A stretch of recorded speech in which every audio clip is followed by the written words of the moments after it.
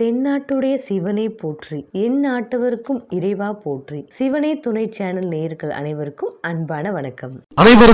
அன்பான வணக்கம். இந்த நிகழ்ச்சியில் நாம் இந்த 2024ஆம் ஆண்டின் மார்ச் மாத ராசி பலன்களை பார்க்கலாம். நிகழும் ஸ்ரீ மங்களகரமான சோபகிருது வருடம் மாசி மாதம் 18ஆம் தேதி 1/3/2024 வெள்ளிக்கிழமை, தேய்பிறை சஷ்டி, சுவாதி நட்சத்திரம், சுபமுகூர்த்தம் கூடிய நன்னாளில் இந்த 2024ஆம் ஆண்டின் 3வது மாதமான மார்ச் மாதம் பிறக்கின்றது. மாத தொடக்கத்தில் கிரகங்களின் சஞ்சாரத்தை பார்த்தால், மேஷத்தில் குரு பகவான், கன்னியா ராசியில் கேது, மகர ராசியில் சுக்கிரன் செவ்வாய், கும்பராசியில் சூரியன் சனி புதன், மீன ராசியில் ராகு என இந்த மார்ச் மாத தொடக்கத்தில் கிரகங்கள் சஞ்சரிக்கின்றன. இந்த 2024ஆம் ஆண்டின் 3வது மாதமாக வருவது இந்த மார்ச் மாதம். இந்த மாதம் வசந்த காலத்தின் வருகையைப் போலவே மிகவும் அழகாகவும் வண்ணமயமாகவும் இருக்கின்றது. இந்த மார்ச் மாதத்திலிருந்து குளிர்காலம் குறையும், கோடை காலம் ஆரம்பமாகும். சூரியன் கும்பம் மற்றும் மீனராசியில் இந்த மாதம் பயணம் செய்வார். மேலும் கும்பராசியில் ஆட்சி பலம் பெற்றுள்ள சனி பகவானுடன் சூரியன் மற்றும் புதன் பகவான் இணைந்து பயணம் செய்வார்கள். மேலும் மகர ராசியில் செவ்வாய் உச்சமடைந்து பயணிக்கின்றார். மேலும் இந்த மார்ச் மாதம் கிரகங்களின் மாற்றத்தை பார்த்தால், மார்ச் 2ஆம் தேதி புதன் மீனராசிக்கு பெயர்ச்சி ஆகின்றார். மார்ச் 8ஆம் தேதி சுக்கிரன் கும்பராசிக்கு பெயர்ச்சி ஆகின்றார். மார்ச் 14ஆம் தேதி செவ்வாய் கும்பராசிக்கு பெயர்ச்சி ஆகின்றார். இந்த கிரகங்களின் சஞ்சாரம் மற்றும் மாற்றத்தினால் உங்கள் ராசிக்கு இந்த மார்ச் மாதம் என்னென்ன பலன்கள் கிடைக்கப் போகின்றது, நீங்கள் செய்ய வேண்டிய பரிகாரங்கள் என்ன என்று இந்த வீடியோவில் பார்க்கலாம். சந்திரனை ராசி அதிபதியாகவும் புனர்பூசம் 4ஆம் பாதம் பூசம் ஆயில்யம் வரை பிறந்த கடகராசி அன்பர்களே, உங்கள் ராசிக்கு சந்திரன் ஆட்சி நாயகன் என்பதால் நீங்கள் எதையும் சிந்தித்து செயல்படுவராக இருப்பீர்கள். இக்கட்டான நிலையில் உங்கள் மூளையை பயன்படுத்தி சிறப்பான முடிவை எடுப்பீர்கள். சாமர்த்தியமாக பேசும் திறமை பெற்றவர்கள் நீங்கள். அப்படிப்பட்ட உங்களுக்கு இந்த 2024ஆம் ஆண்டின் மார்ச் மாத கிரக நிலைகளை ஆராய்ந்து பார்க்கும் பொழுது, தற்போது சனி பகவான் மாத தொடக்கத்தில் உங்கள் ராசிக்கு 8ஆம் இடமான கும்பத்தில் இருக்கின்றார். 8ஆம் இடம் என்பது அஷ்டமம். இந்த இடத்தில் இந்த கிரகம் இருந்தால் நன்மை செய்ய மாட்டார் என்பது அனைவருக்கும் தெரியும், உங்களுக்கும் தெரியலாம். இதனால் உறவினர்கள் மத்தியில் பிணக்குகள் வரலாம், அலைச்சலும் பலுவும் அதிகரிக்கலாம். சிலர் தொழில் விஷயமாக வெளியூர் செல்ல நேரிடலாம். இதற்காக குடும்பத்தோடு வேறு ஊரில் குடிபெயரும் நிலை கூட உருவாகலாம். இது பொதுவான பலன்கள் தான். இதை உங்கள் குடும்பத்தாரின் உறுதுணையோடு எளிதில் நீங்கள் முறியடிப்பீர்கள். ஆனால் எந்த வேலையையும் சுலபமாக செய்து முடித்து விடலாம் என்று எண்ண வேண்டும். முதல் தோல்வியை கண்டு துவண்டுவிடக் கூடாது. தொடர்ந்து முயற்சி செய்யுங்கள். அதே நேரம் எதிலும் அதிக முதலீடு போட வேண்டாம். இருப்பதை கொண்டு சிறப்பாக நடத்த முயற்சி செய்யுங்கள். புதிய தொழில் தொடங்க இந்த காலத்தில் எண்ண வேண்டாம்.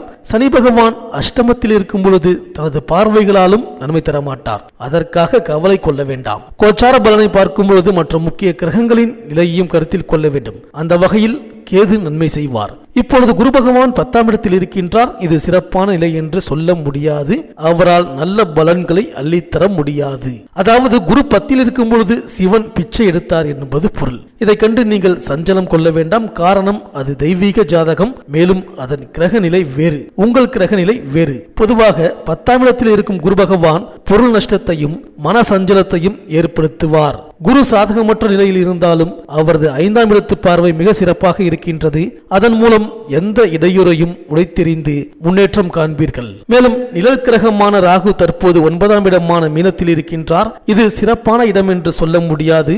காரியத்தில் சில தடைகளை உருவாக்கலாம். எதிரிகளின் இடையூறு தலை தூக்கும். பிறருக்கு கட்டுப்பட்டு போகும் நிலை உருவாகலாம். ஆனால் உங்கள் திறமையில் இருந்து பின்தங்கிய நிலை இனி இருக்காது. மேலும் ராகுவுக்கு இணையான நிழல் கிரகமான கேது தற்போது 3ஆம் இடமான கன்னியா ராசியில் உள்ளார். இது சிறப்பான இடம். இங்கு அவர் இறை அருளையும் பொருள் உதவியையும் கொடுப்பார். மேலும் உடல் உபாதைகளை குணமாக்குவார். மேலும் மாத தொடக்கத்தில் இருந்து மார்ச் 13ஆம் தேதி வரை உங்கள் ராசிக்கு தனாதிபதி சூரியனும் அஷ்டமாதிபதி சனியும் அஷ்டமஸ்தனமான கும்பத்தில் இணைந்து சஞ்சரிக்கின்றார்கள். அவரோடு விரையாதிபதி புதனும் இணைந்திருப்பதால் மாதம் முழுவதும் அதிக விரயம் ஏற்படும். குடும்ப சுமை கூடும். கொடுக்கல் வாங்கலில் கொஞ்சம் போராட்டங்களையும் சந்திக்க வேண்டிய நிர்பந்தம் உருவாகும். இடமாற்றம் எதிர்பாராத விதத்தில் வந்து சேரலாம். உத்தியோகத்தில் மேல் அதிகாரிகளுடன் வாக்குவாதங்கள் அதிகரிக்கும். கொஞ்சம் பொறுமையை கடைபிடிக்க வேண்டிய நேரம் இது. எதை செய்தாலும் குடும்ப உறுப்பினர்களையோ அனுபவஸ்தர்களையோ கலந்து ஆலோசித்து செய்வது நல்லது. மேலும் மாத தொடக்கத்திலேயே மகரத்திற்கு சுக்கிரன் வருகின்றார். உங்கள் ராசிக்கு 4-11 ஆகிய இடங்களுக்கு அதிபதியானவர் சுக்கிரன்.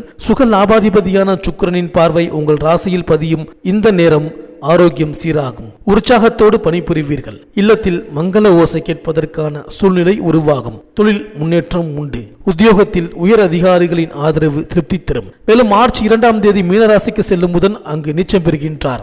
விரையாதிபதி நீச்சம் பெறுவது நன்மைதான். விரயத்திற்கு ஏற்ற தொகை வந்து சேரும். வீடு மாற்றமும் நன்மை தரும். எந்த ஒரு காரியத்தை செய்ய நினைத்தாலும் பணத்தை வைத்துக் கொண்டு செய்ய வேண்டியதில்லை. காரியத்தை தொடங்கிவிட்டால் போதும், பணம் தானாக வந்து சேரும். உத்தியோகத்தில் நீண்ட நாட்களாக எதிர்பார்த்த பதவி உயர்வு இப்பொழுது கிடைக்கலாம். பாக்கியஸ்தானத்தில் சஞ்சரிக்கும் புதனால் உடன்பிறப்புகளின் உதவி கிடைத்து மகிழ்வீர்கள். மேலும் மார்ச் 8ஆம் தேதி கும்பராசிக்கு சுக்கிரன் செல்கின்றார். அங்குள்ள தனாதிபதி சூரியனோடு சேர்வதால் தனவரவு திருப்தி தரும். அரசு வழி ஆதரவு கிடைக்கும். வெளிநாட்டு முயற்சி கைகூடும். வாடகை கட்டிடத்தில் நடைபெறும் தொழிலை சொந்த கட்டிடத்திற்கு மாற்றலாமா என்று சிந்திப்பீர்கள். ஆடை ஆபரண சேர்க்கை உண்டு. இந்த முக்கிய கிரகங்களை அடிப்படையாக கொண்டு பார்க்கும் பொழுது இந்த மார்ச் மாதம் கணவன் மனைவி ஒருவருக்கு ஒருவர் பொறுமையாக விட்டு கொடுத்து போக வேண்டும். சிலரது வீடுகளில் பொருட்கள் திருட்டு போக வாய்ப்பு உண்டு. மனவேதனையும் நிலையற்ற தன்மையும் ஏற்படலாம். இருந்தாலும் கேதுவால் தெய்வ அனுகூலம் கிடைக்கும். பொருளாதார வளம் சிறப்பாக இருக்கும். உங்களுக்கு அபார ஆற்றல் பிறக்கும். நகை ஆபரணங்கள் வாங்கலாம். குடும்பத்தோடு புனித ஸ்தலங்களுக்கு சென்று வருவீர்கள்.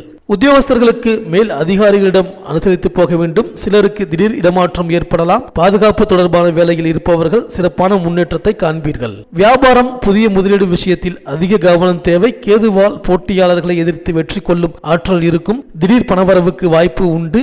கோவில் மற்றும் புண்ணிய காரியங்களுக்கான தொழில் ஆகியவை சிறந்து விளங்கும். பகைவர்களின் தொல்லையில் இருந்து விடுபடுவீர்கள். கலைஞர்களுக்கு புதிய ஒப்பந்தம் கிடைக்கும். அரசியல்வாதிகள் பொதுநல சேவகர்களுக்கு எதிர்பார்த்த பதவி கிடைக்கும். மாணவர்கள் சிரத்தை எடுத்து படிப்பது நல்லது.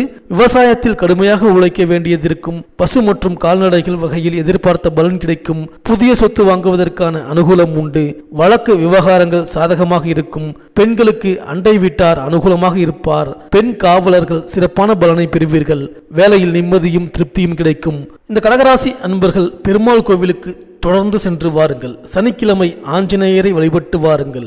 ஊனமுற்றவர்களுக்கு இயன்ற உதவி செய்யுங்கள். தினமும் வீட்டில் விளக்கு ஏற்றி வழிபடுங்கள்.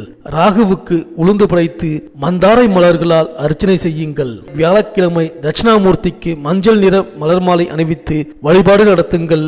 அப்போது கொண்டை கடலை தானம் செய்யுங்கள். இந்த கடகராசி அன்பர்களுக்கு இந்த மார்ச் மாதம் அனைத்தும் நன்மையே நடக்கும். இந்த வீடியோ உங்களுக்கு பிடிச்சிருந்தா லைக் பண்ணுங்க, உங்க நண்பர்களுக்கு ஷேர் பண்ணுங்க, மறக்காம சப்ஸ்கிரைப் பண்ணுங்க, பக்கத்தில் இருக்கிற பெல் ஐக்கானை கிளிக் பண்ணுங்க.